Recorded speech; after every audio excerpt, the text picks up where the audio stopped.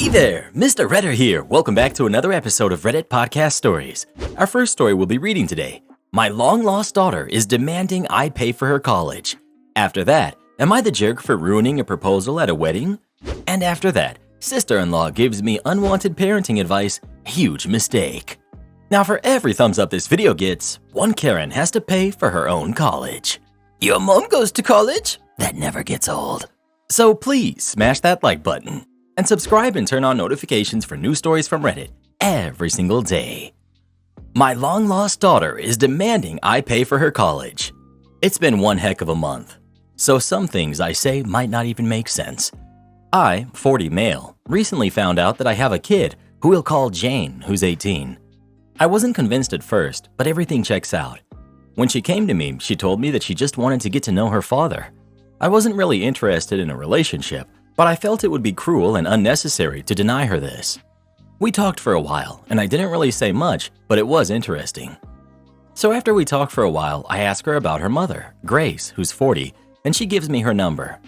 I really didn't want to have to call her, but I needed answers. So Grace and I decided to meet up at our local coffee shop. We have some small talk for a while before I ask her why she never told me. Silence. I ask again. Silence.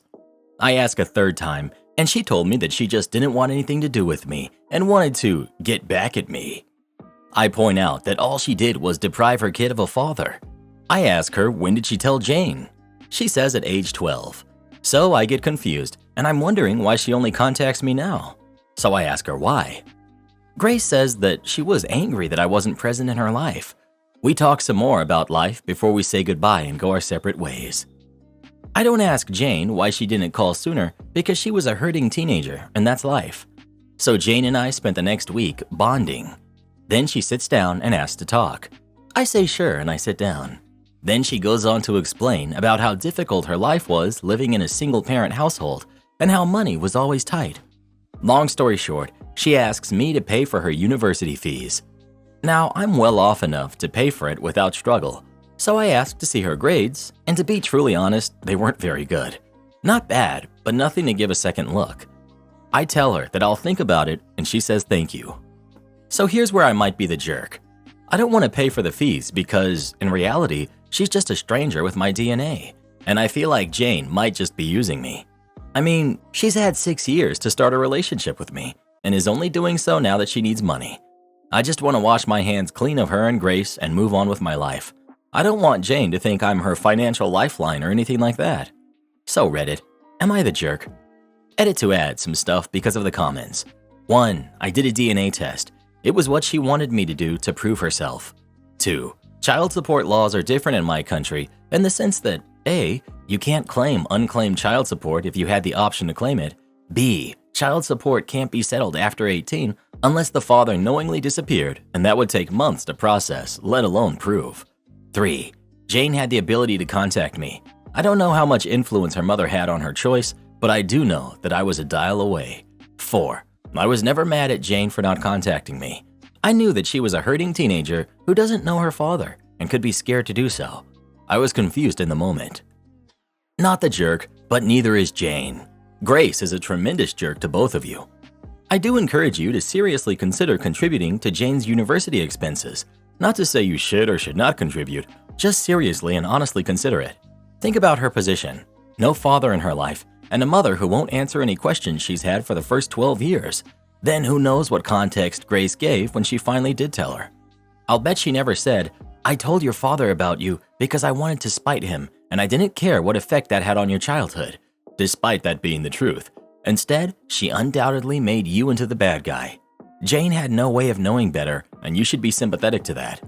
I don't think you're a jerk, no matter what you decide.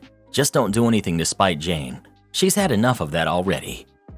There's no reason OP should need to feel sympathetic or be a jerk for not being sympathetic here. Jane, while yes is his biological daughter, is really a stranger and only really reaching out for cash. This is my view. I'm also forced to wonder how much contact Jane will keep up after getting a payout. It's pretty crazy to ask for that kind of money only a week after meeting. Not the jerk. Best options are, all I can give you right now is this amount, or I'm sorry, things may have been different if I had known I had someone's college to save for. but I have not prepared for that expense. If she takes out loans, which it sounds like it's likely if he doesn't agree to help for a large portion, he can always see if she sticks around and actually seems to want to get to know him without the option of major financial support, and then choose to pay off some portion of her loans when they are due down the line, assuming she continues to make an effort when the possibility of money isn't a factor. If he says, "All I can give you right now is this amount," or "I'm sorry, things may have been different if I had known I had college to save for," she will either react by cutting contact because she was using him and got a no and that's the end of it, or she will stay in contact if she also genuinely wanted to get to know him.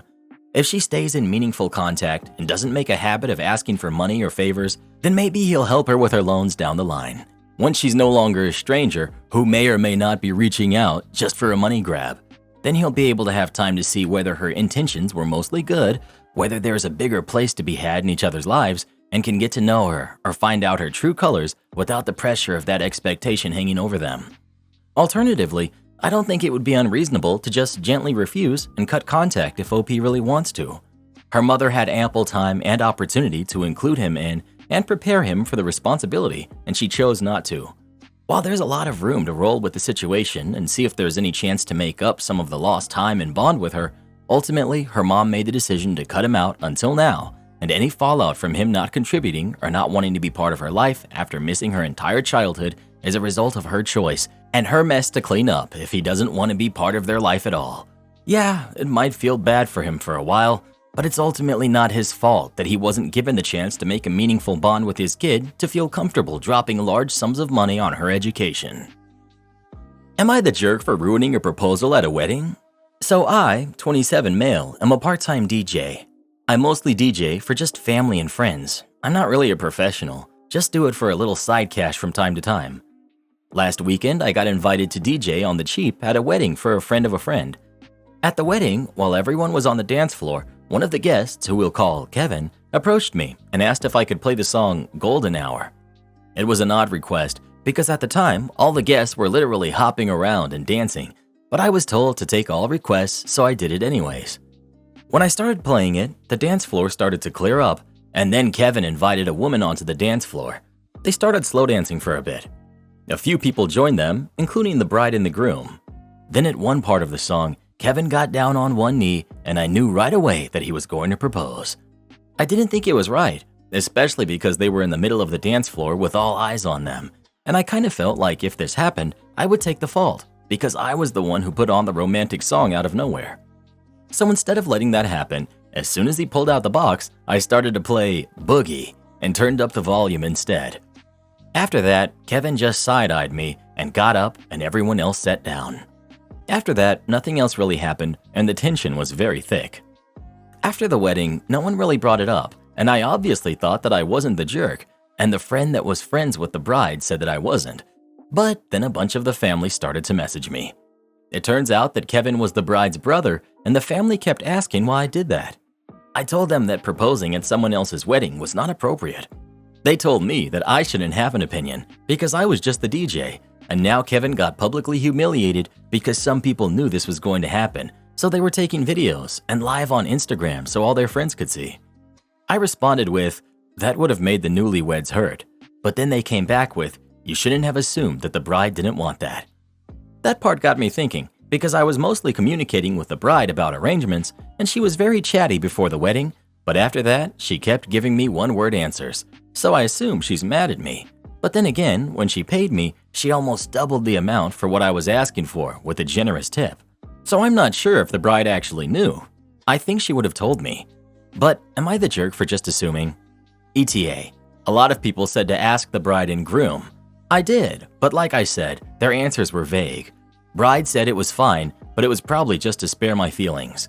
I didn't want to push because she clearly had a lot on her mind in the moment. If the bride knew this was going to happen and approved it, she should have told you beforehand. Going with not the jerk, your heart was in the right place. Protect the bride and groom's day. Yeah, maybe hindsight is 20/20 here. But if I'm the guy proposing, I'm making sure every important person, like the DJ you're requesting a special song from, is in the know. Make sure one of the bride or groom tells them that it's chill if the guy uses their wedding as the spot to propose. Honestly, I'd want both the bride and groom to tell the DJ together that it's okay. Maybe I'm just an overanalyzer, but I would be playing out every possible thing that could ruin the proposal before actually doing it and making sure those things are figured out. And if I can't shore it all up, then I'm not proposing. Agree 100%. If I'm the DJ, ain't no chance I'm honoring a request like that without getting verbal face-to-face approval from bride and the groom. And I want a third-party witness there to verify, preferably one of the other vendors. Proposing at someone else's wedding is very tacky. What if the bride was put on the spot and she secretly is happy that you messed it up? Takes the pressure off of her and lets her have her own wedding. I think your bank account agrees, not the jerk.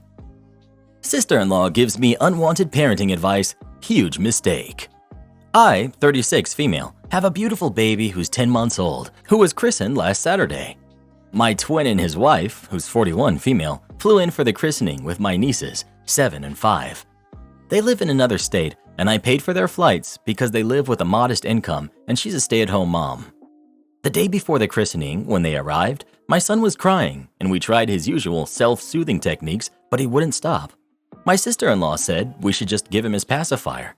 I told her we don't use pacifiers and he's never had one. Over the next few days, it was a similar rodeo. Baby cry and we would use self-soothing techniques, and sister-in-law would mention how pacifiers would soothe him.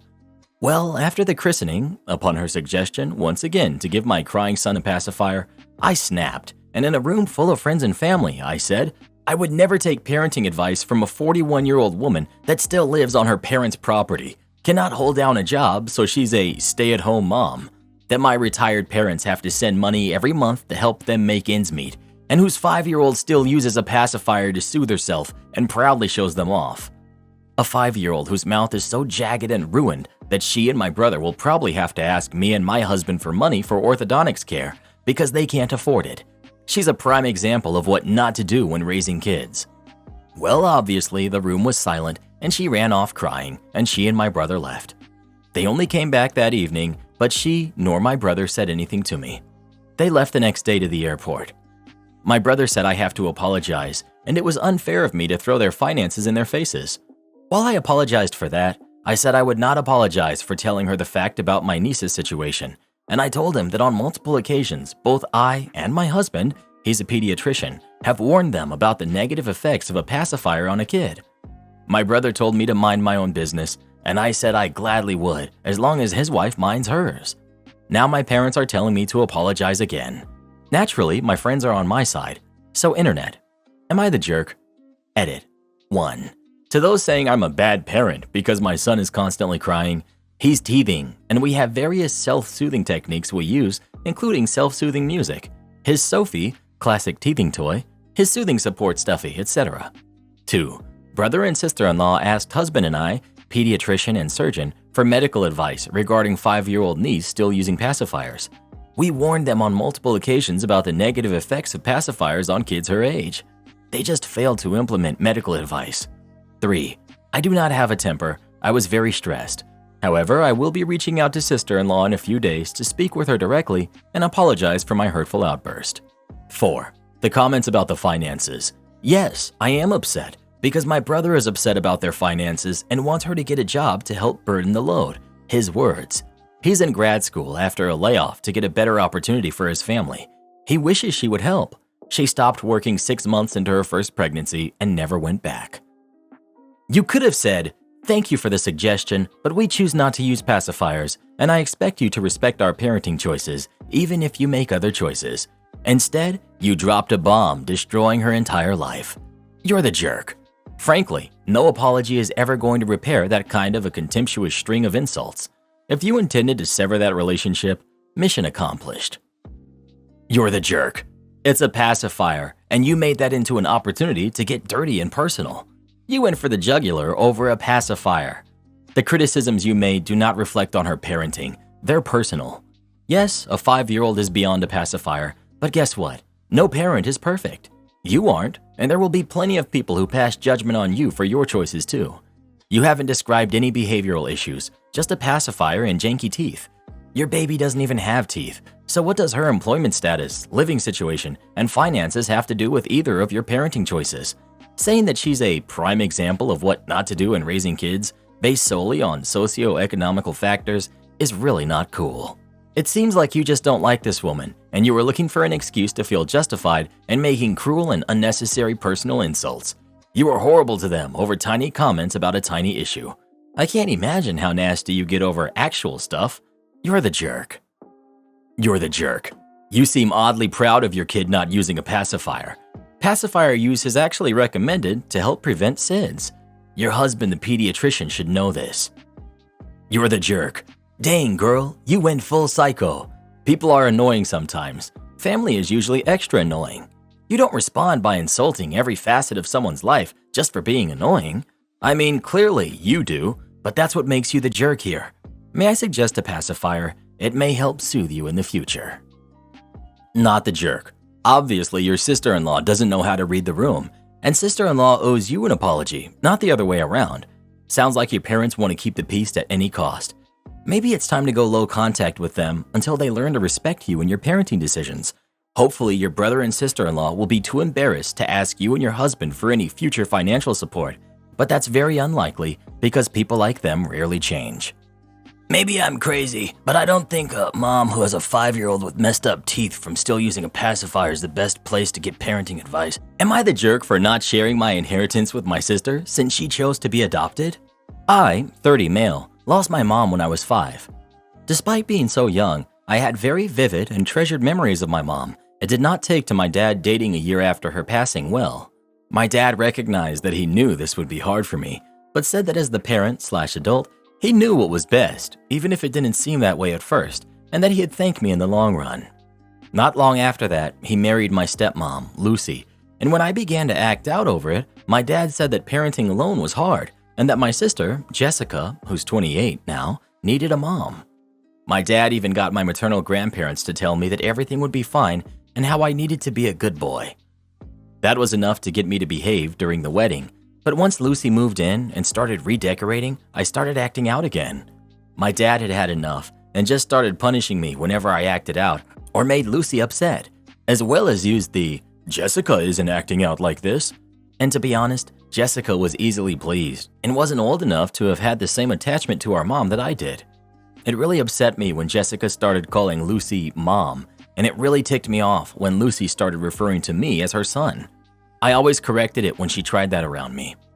It got worse when I was 8 and Lucy had her own kids, because then my dad and her started pushing for adoption.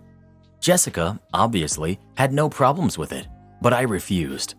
My dad had my maternal grandparents come in again and tell me that adoption wouldn't be that bad, but I still refused. Lucy and my dad pushed for the adoption anyway, and thankfully, the judge listened to my feelings in a private room and denied it. After that, therapy started, but it didn't last, so they also tried the, "Since you don't want to be part of this family, you don't get this," or "You can't come to this." But I was too stubborn for that method to work on me.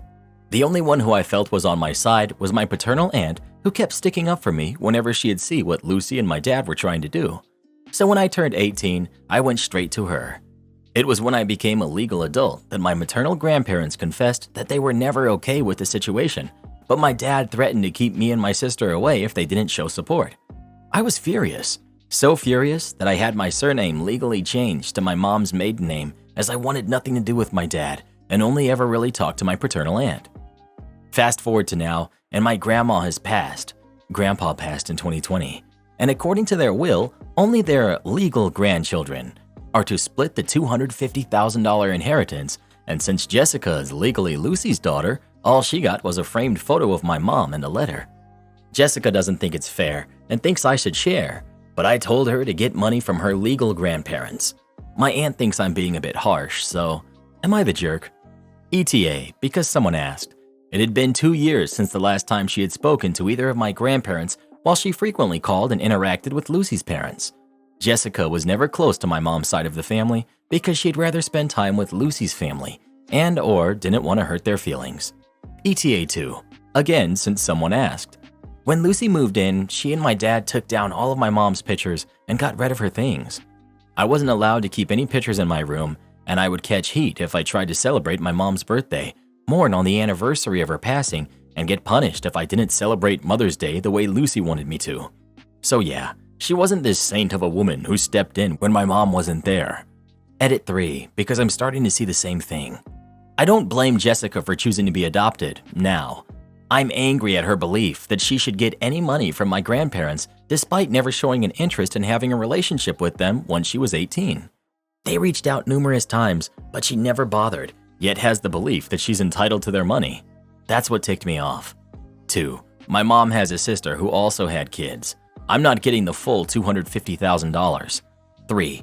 No, I don't expect anyone from Lucy's side to leave me anything, nor would I demand Jessica to share. It would be completely hypocritical. Not the jerk. Interesting how she only wants to be family now that money is involved. Not the jerk. Your grandparents had plenty of time to change their will.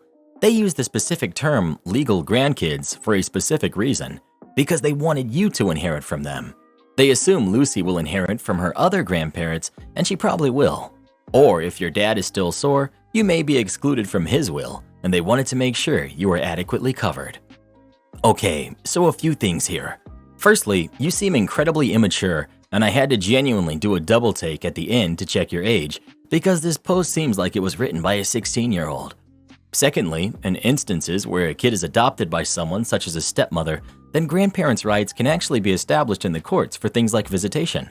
Also, your grandparents treated her like theirs, even if they didn't have a great relationship, for their whole lives. My thoughts would be that if the will were to be contested by your sister, then she would have a decent chance of success. You seem incredibly bitter that your sister, who has only ever known one mother, chose to be adopted by her, which on the face of it seems like a good thing. You pride yourself on acting out against Lucy and hating her referring to you as her son, even though legally she was acting as your parent. Jessica was 6 when she showed an openness to being adopted by the only mother she's ever known, and clearly you still can't stand her for it.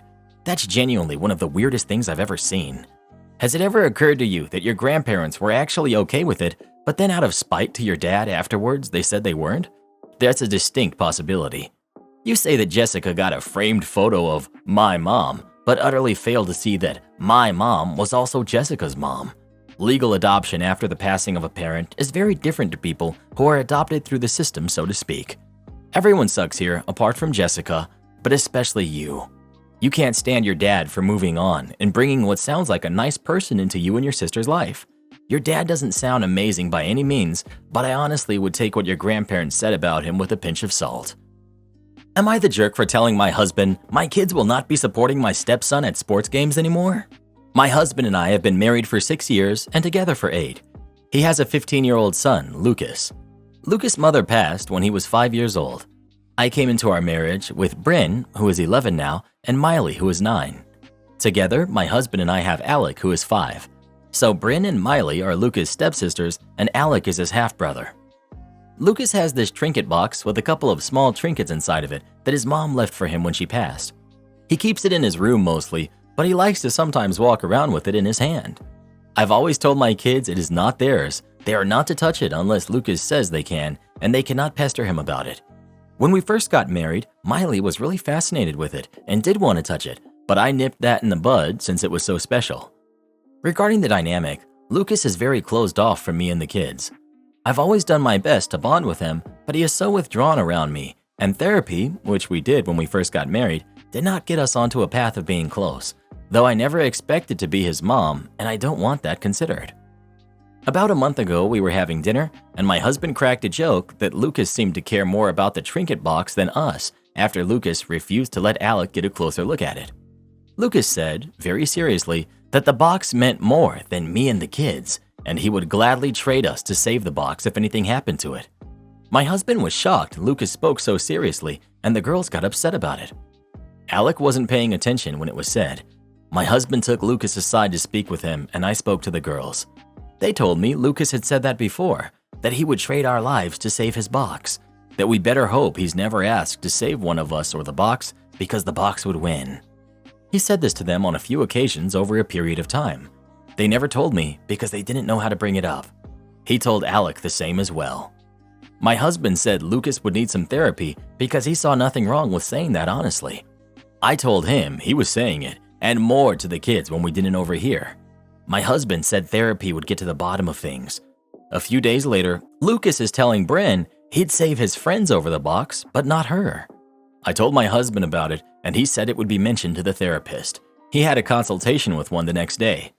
Lucas argued that he didn't need therapy, and just because he doesn't care about us or our lives doesn't mean there's something wrong with him. I told my husband that given Lucas' attitude towards the kids, they will no longer show up to cheer him on at any of his sports games or the like. My husband argued that we're still a family. I told him my kids do not need to cheer on the boy who has told them to their faces multiple times that their lives are meaningless to him. My husband thinks I'm overreacting, and I would be wrong to do this. Am I the jerk? Why does the topic of saving someone over the box keep popping up like that? Everyone sucks here except the kids. Honestly, it sounds like a toxic environment was brought by the adults. Your husband's comment during dinner should never have happened. Why would you ask something like that to a teenager who's clearly missing his mother? Therapy is not going to change the fact that the 15-year-old misses his mother, does not see you and your kids as his family, and that you actually don't know what he would do if a crazy scenario actually happened. I could tell you that if there was a fire, I would risk my life to save a stranger. But the truth is, I've never actually been in this situation, and I don't know how I would react. And I'm 32 years old. Your stepson is just 15. Just leave him alone and let your kids have the choice to go or not to his games. OP. Apparently, he wanted my kids to know their place and to not get the idea that they mean anything to him. His words. They say it always came out of nowhere. Though the time at dinner, my husband definitely brought it on by making that awful joke. Think instead of react. It's been long enough, he's forgetting. He's forgetting smells, looks, memories. He's maybe even forgetting what he felt, and he's doing this to convince himself how much she meant to him. What do you and your husband do to keep his memories alive? Pictures of his mom should be everywhere. If there's a box with things of hers in it, sit down with him. Tell him you know you will never replace her, but the thing about her love is, it's not a limited resource. There's enough love to go around. Explain when you had your second kid, you didn't love your first ones any less. Start opening the box at this point. Explain to him your heart just made room for more, just like your heart has made room for him. Somebody's been watching a few too many Hallmark movies. Start opening the box at this point? Absolutely do not do this. Am I the jerk for opting out of my best friend's wedding because they didn't invite my girlfriend? I'm 28, male. My childhood best friend, Brad, who's also 28, is getting married in late May to Vicky, who's 26. A week ago, on Easter, I received his wedding invitation, which only listed my name but not my girlfriend, Mary, who's 28. For context, Brad, Mary, and I have known each other since high school. We were in the same friend group. Mary and I live around 2 hours away from Brad and Vicky. Because Mary is a nurse, she doesn't always have the time to visit Brad and Vicky with me, so I go alone most of the time. But when she's able to, she'll join me. Mary has met Vicky and seen her around 10 times in the past 4 years that Vicky has been with Brad. Mary and I have been together for 6 years total, and we do plan on getting engaged and married once we are more financially settled. So I asked Brad if Mary is invited, and they just forgot to mention her name, to which he replied that Vicky is very strict about some rules, and in order to cut down costs, she's enforcing a no ring, no bring rule for the wedding. So since Mary is just a girlfriend and doesn't have a ring to imply some formality, then she's not invited. I reminded Brad that Mary and I have been together longer than he's been with Vicky, and that Mary is also his friend, not just my partner. He says he knows and tried to talk Vicky out of it, but she's very strict with that. I let it go, and I was in a dilemma about whether I should go to the wedding or not because of that. Mary told me she's not happy about the situation, but I should go to avoid more drama. So I called them to tell them I'll attend. Vicky picked up the phone and said she's sorry about making me uncomfortable by not inviting Mary, but these are the rules. I said I respect the rules. I'm not necessarily happy about it though. She then for some reason started being harsh about how Mary and I are not in a serious enough relationship if after knowing each other for so long and being together for 6 years, we're not engaged yet, and joked that after all, you never know what tomorrow brings, and I could break up with Mary anytime since we haven't shown any signs of true commitment. I confronted her and told her that it's not her place to validate Mary and I's relationship, and that it's really low of her to use a dumb rule just to shame and micromanage long-term couples who for whatever reason haven't gotten married yet. I said I'll pass after all and not attend the wedding. She and Brad said I'm disrespecting them and their choices by choosing Mary over their wedding day, and I said I don't care. Keep your rules, and I'll keep my relationship, because it's more important than any exclusive rules that only exist in order to shame people. I've been receiving a lot of backlash from other friends for that choice who said I'm the jerk for being so bitter about something so small. But to me, it's not small. They invalidated Mary and our relationship. Not the jerk. What a stupid rule. And stupid in this instance for many reasons. First of all, Mary and Brad were in the same high school friend group, so it could easily be argued that she could be invited purely based on being his friend and totally independent of her relationship with you. Second, using marriage as a barometer of commitment is insane. So by Bride's logic, if cousin Chad got drunk in Vegas and married the girl he's been dating for 2 weeks, she would get an invite, while your girlfriend over 6 years would not? That's so dumb. To top all of this off, you were initially willing to let it go and just come anyhow. But then Bride had to double down and insult your relationship to your face. That just sucks. Groom needs to step up and be a good friend and tell Bride she's being ridiculous. My boyfriend played video games the whole night, so I left. So I'm 29, female, and my boyfriend is 30. He's a gamer. And don't get me wrong, I play video games myself and really enjoy spending my time playing video games.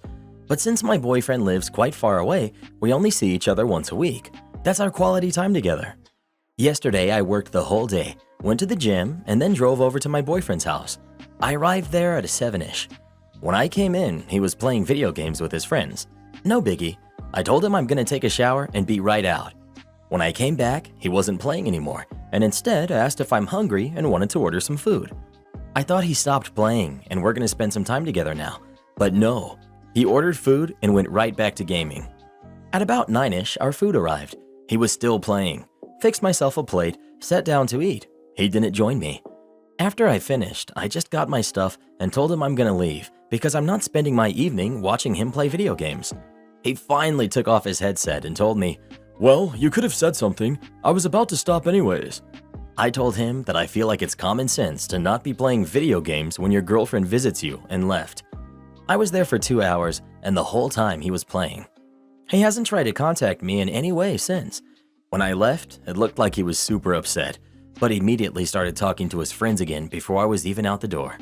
And to be honest, I didn't feel like a jerk then, and I don't feel like one now. But the more I talk to my friends about it, the more I feel like I should have said something. Maybe to some people it's not obvious that someone wouldn't want to watch them play video games the whole night.